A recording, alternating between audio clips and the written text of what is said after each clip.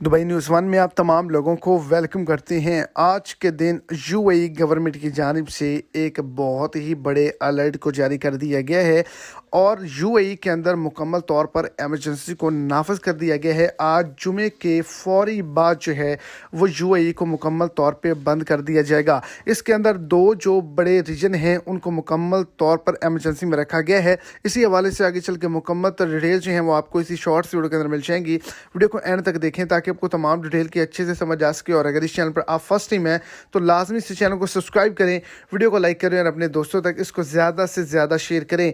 तो यूएई के महकमा मौसमियात की जानिब से रेड अलर्ट को जारी किया गया है। दुबई के अंदर और अबू धाबी के अंदर मुकम्मल तौर पर एमरजेंसी है। आइंदा 48 घंटों के अंदर गैर मुस्तहकिम मौसम जो है वो रहेगा और सैलाबी बारिशें और ज़ालाबारी आने का खतरा है, जिसकी वजह से दुबई और अबू धाबी के अंदर रेड अलर्ट जारी किया गया है। कोई भी शख्स खुले मकामात पर विजिट के रिलेटेड भी मत जाए।